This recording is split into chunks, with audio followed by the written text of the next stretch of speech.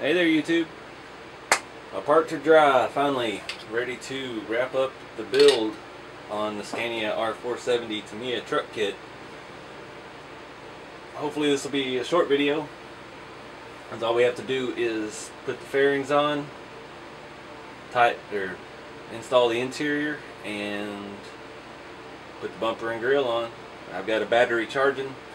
It is 2:30 in the morning here, so I won't be going outside to drive it, but we'll get a driving video out pretty soon. Hopefully we can drive it around the workbench here without totaling it. But I'm going to go ahead and take the cab back off, and we'll get this thing done.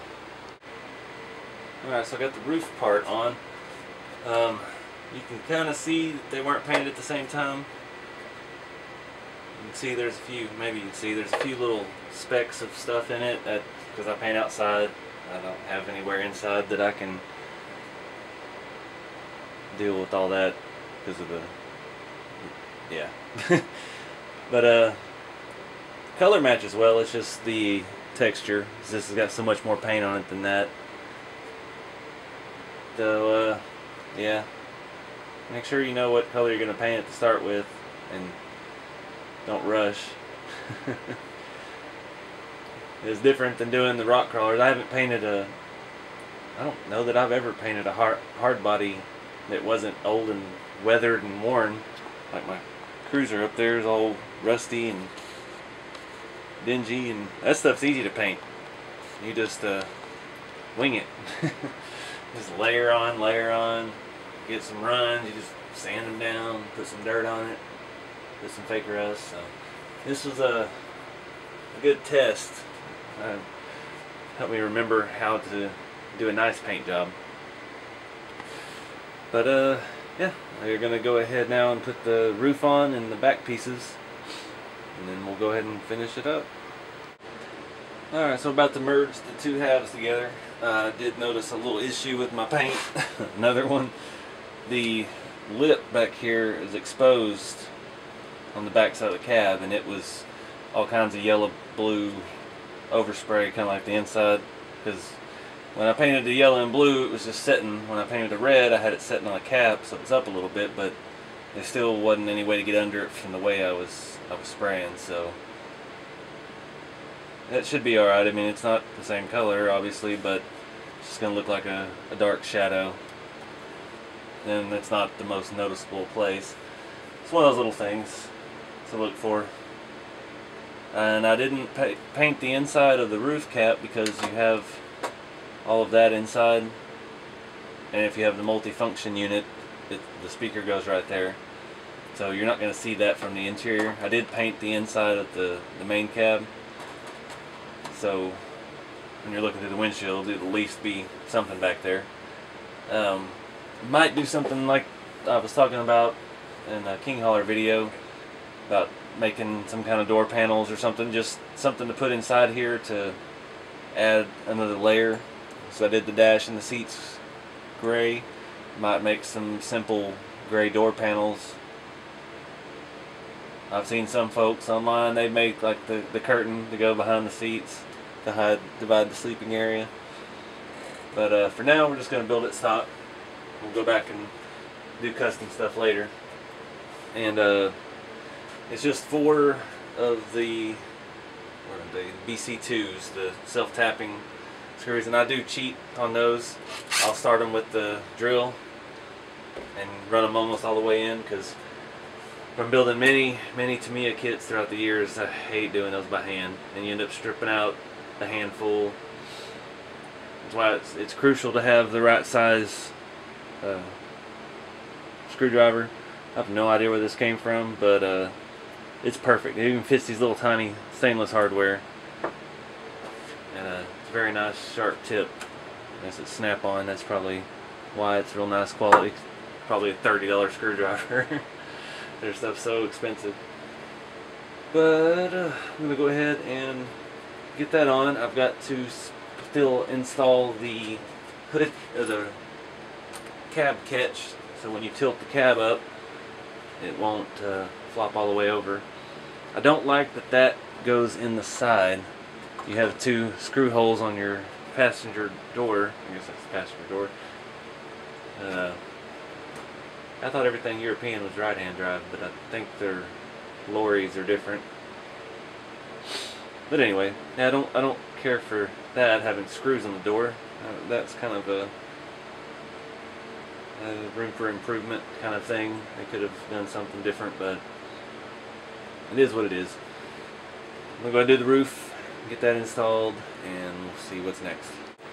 Alright, that wasn't too painful. Just want to show you the janky contraption I had to put together here.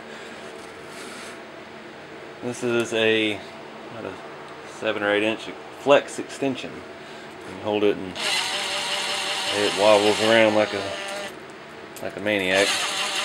Just to get those started down in there, because I only had one screwdriver long enough to reach, and it's a little bit small for the job. I got them almost all the way down, and then I finished them off with my very good fitting Phillips head screwdriver. I thought I had just another extension, but didn't, so I had to use that crazy thing. But it worked. I think that's the first time I've actually ever really used this. I don't even know where I got it. I've had it forever. But it's starting to look cool. I think next is the interior. So I'm going to go ahead and get that in. See what it looks like with the dash in it. Alright, it's in. Dash in the seats, front grille. There's something about that I like. I don't know why. I mean, I've never seen these kind of big rigs in real life. I always thought they were kind of goofy. They're so tall, and it's so small area up in the front, just hanging over the front tires. I mean, we had cab overs in the United States back in the 80s, and you'll just see one every now and then, but I don't know, it's just different.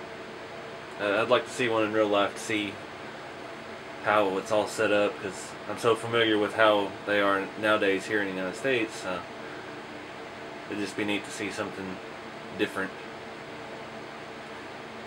But looks like that driver's seat's a little higher than the passenger seat. They only go in one way. I mean, he's just got his seat aired up a little more.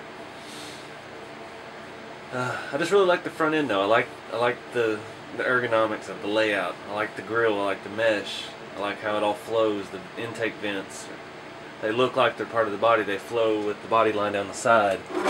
Yet they're standalone. They don't really touch the cab. They kind of hang there to hide whatever component is underneath, you know, an intake system for whatever kind of engine it has in real life. It's a pretty neat setup. But next step, I'm going to put it on the chassis and mount the bumper, and I think that's it. One thing we got to go back and do here, the rat's nest of wiring here, it interferes with the seats, so I'm going to have to tidy up all the wiring right quick before we set the cab. Won't take but a minute. Okay, so I got the wiring tucked away. Show you an overhead view here of kind of what it did. Trying to keep it, this is where our cab sets. Trying to keep everything clear. I can't not get those down any lower. You'll probably be able to see them from the windshield, but that's where they showed in the instructions to put the receiver. I'm not sure why. You could have put it here, or here, or could have put it right there on the inside of the fender. I don't know. But I need to hook that back up. My servo, I did tie that to the fairing mount to keep it away from the steering link and the suspension, because it was kind of trying to get in the way. And I've kind of tucked all that stuff back here on the back side of the transmission. These should stay down. I've got them tied here, all the way to the ESC. I did not mount this ESC had a tiny little switch. I don't know. I just stuck it on top of there with some two-sided tape. It wasn't big enough to fit in there where the factory location is. I'm just trying to keep everything away, trying to keep servo wires away from motor wires, and I couldn't do that with the shift servo. It's right there underneath, but get all the excess bundled up. I think it looks pretty good. And hopefully now it won't interfere with our seats. Alright, it is done. Finally. Only, what is this, part 7? I wish I had the lights and sounds. There's nothing cooler than you see one of these and it cranks up and starts idling. We'll just have to settle for a servo twitch for now.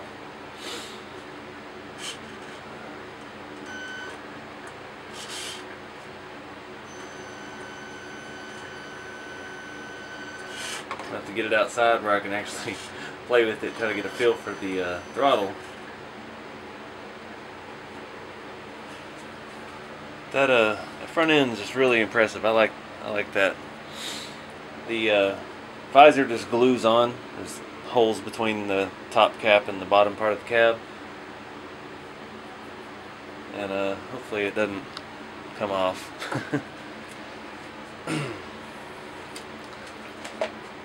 Not perfect, nothing ever is, but looks good on camera. I'm just OCD about it because I built it. I know all the little things that are wrong with it. I can see all the little defects just glancing at it because I made them, but overall, it's a pretty neat kit. The 3-speed servo's noisy. And then spinning around here.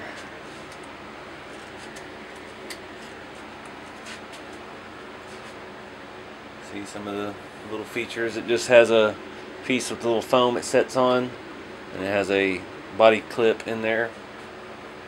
And I didn't put on the big giant antenna that it comes with. That is pointless. You know, with all the modern 2.4 gigahertz stuff, don't really need a antenna like that. But I can already think of lots of things I would like to do to it. I've got some of those mirror mounted antennas for the king hauler that go on the front mirrors. I can see putting something like that on here, trying to make it more scale. You really can't see much of the interior. I mean, looking in, it's pretty dark. Looking from the angle I'm standing at, I can see motor and wires and receiver pretty clearly. But I don't know. I'll have to look at ways around that. Might could make a shallow floorboard that goes on top of the seat brackets. It goes up to the dash to hide some of that. Or we could whip up a little console or something. Lots of ideas, lots of things to come. Just gotta look up in the back. See my wonderful job painting taillights. Actually came out pretty dang good for me. Happy with that. I haven't put any stickers on except the front license plate and the front model of R470. I don't know about all this high line and top line and stuff that they've got, and the giant screaming chicken to go on the side. It seems like a little much for me.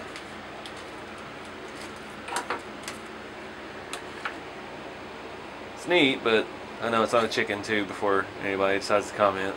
It's a griffin. So yeah, I'm taking it in the living room, do a little driving real quick.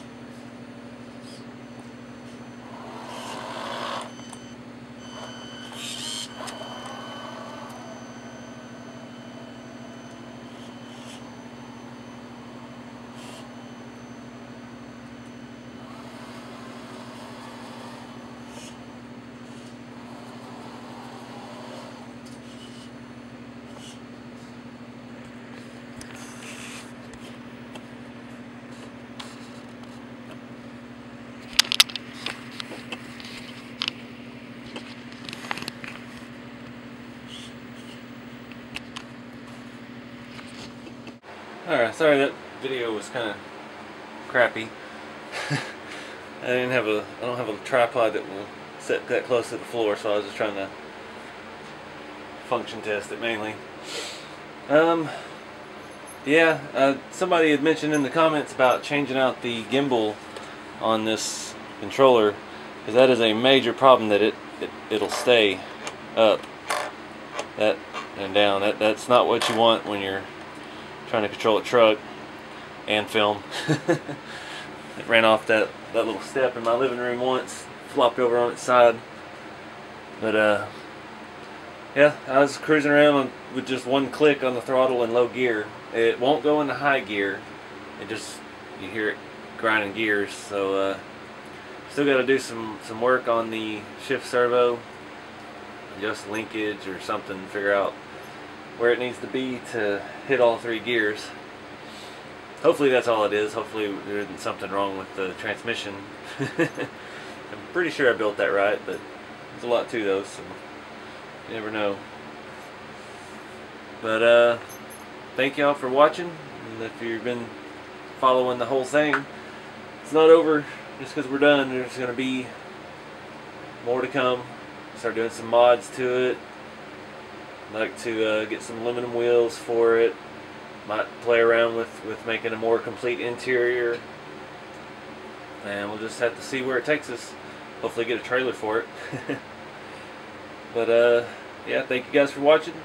If you hadn't already, please like and subscribe and share, and stay tuned for more RC videos.